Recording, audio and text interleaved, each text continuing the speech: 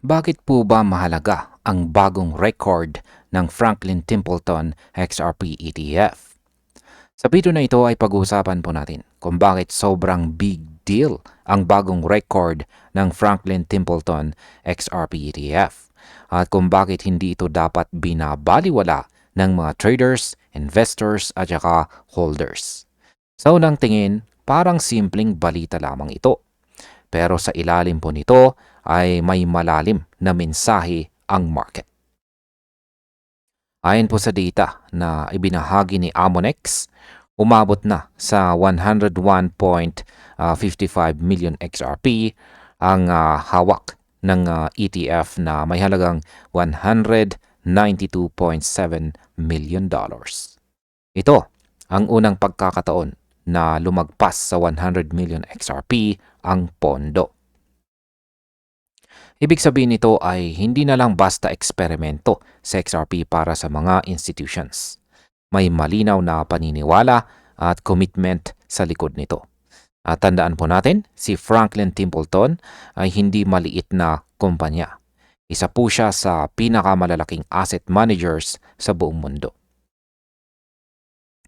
Ngayon ay ano po ba ang ipinapakita sa 100 million XRP holdings? Kapag ang isang ETF ay lumagpas sa ganitong antas ng holdings, hindi ito nangyayari dahil po sa hype. Ang ETF ay hindi katulad ng retail traders na bumibili dahil sa emosyon. Ang ETF ay produkto ng long-term allocation decisions. Ginagawa ito ng mga fund managers, advisors at saka institutions na may mahigpit na proseso. Ang paglagpas ng 100 million XRP ay sinyalis po ito ng tuloy-tuloy at disiplinadong accumulation. Hindi ito isang biglang spike. Unti-unti itong binuo sa paglipas ng panahon. Ibig sabihin may tiwala po sila kay XRP bilang asset. Para sa atin bilang mga holders, malinaw po ang mensahe rito. May mga malalaking players na handang maghintay at maniwala sa mas malaking future o hinarap na XRP.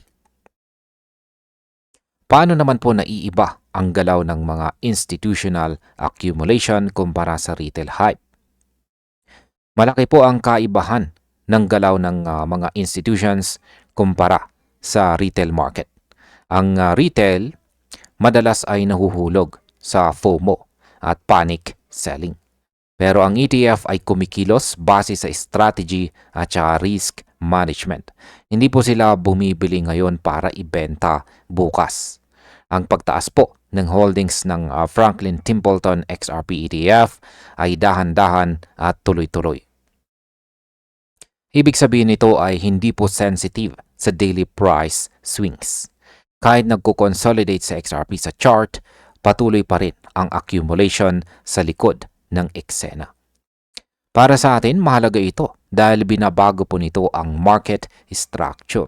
Mas nagiging stable at mas mature ang galaw ng XRP habang lumalalim ang institutional presence. Ano naman po ang epekto ng ETF sa supply at demand ng XRP? Tuwing bumibili ang ETF ng XRP, may direktang epekto ito sa supply. Ang bawat unit na binibili ay tinatanggal sa open market. Hindi na agad na ibebenta pabalik. Habang lumalaki po ang assets under management ng ETF, kailangan itong kumuha ng mas maraming XRP. Ibig sabihin, tuloy-tuloy po ang pressure sa demand. Samantala ang supply ng XRP ay fix. Kapag ang demand ay tumataas at ang liquid supply ay bumababa, natural na tumatas ang presyo sa paglipas ng panahon. Hindi po ito instant pump. Isa itong structural shift. Ito ang klase ng galaw na madalas hindi napapansin ng retail hanggang huli na. Ngayon, bakit po ba mahalaga ang regulated access kay XRP para sa mga institutions? Hindi lahat ng pera ay pwede pong pumasok direkta sa mga exchanges. Marami pong institutions ang may limitasyon dahil sa regulation at saka compliance. Dito po pumapasok ang ETF. Nagbibigay ito ng legal at regulated na daan para makapasok kay XRP. Retirement funds, traditional brokers at conservative investors ay ngayon may access na. Ito ang klase ng kapital na hindi mabilis lumabas. Hindi ito leverage-driven. Hindi ito madaling matakot. Kapag pumasok ang ganitong klaseng pera, nagiging mas solid ang foundation ng market. Para sa atin, malinaw ito. Mas nagiging pang long-term asset sa XRP sa mata ng mundo. Ano naman po ang sinasabi ng pagbaba ng XRP sa mga exchanges? Ayon po sa mga obserbasyon ng market analyst, pababa ang XRP balances sa mga exchanges.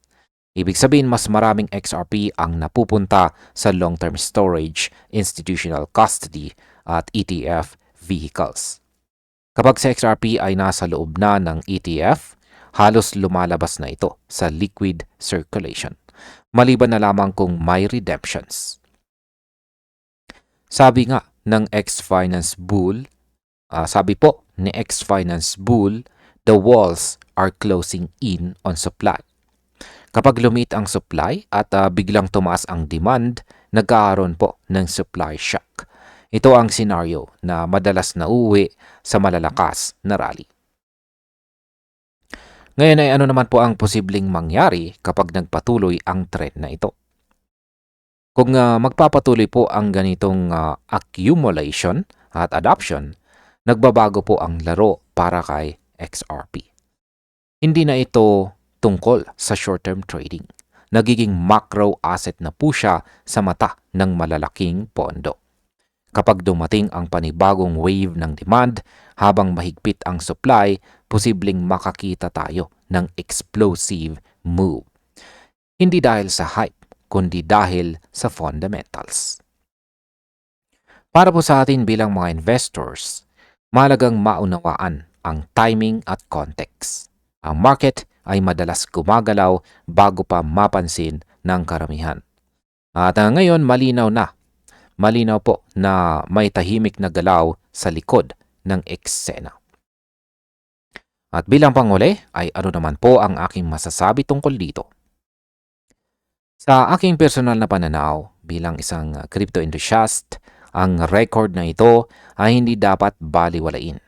Ang galaw ng Franklin Templeton XRP ETF ay nagpapakita ng malalim na kumpiyansa. Hindi po basta speculation. Habang ang presyo ay tahimik at nagko-consolidate ang pundasyon or foundation, habang ang presyo po ay tahimik at nagko-consolidate, ang pundasyon or foundation naman ay lalong tumitibay. Para po sa atin, ito ang panahon ng awareness at saka pasensya. Hindi lahat ng oportunidad ay sumisigaw. Ang iba ay pabulong lamang. At sa ngayon, malinaw na may mga higanteng dahang-dahang pumipila sa likod ng XRP bago pa magising ang mas malaking market. At ayan, hanggang dito na lamang po tayo sa video na ito mga ka-crypto. Maraming salamat sa panunood.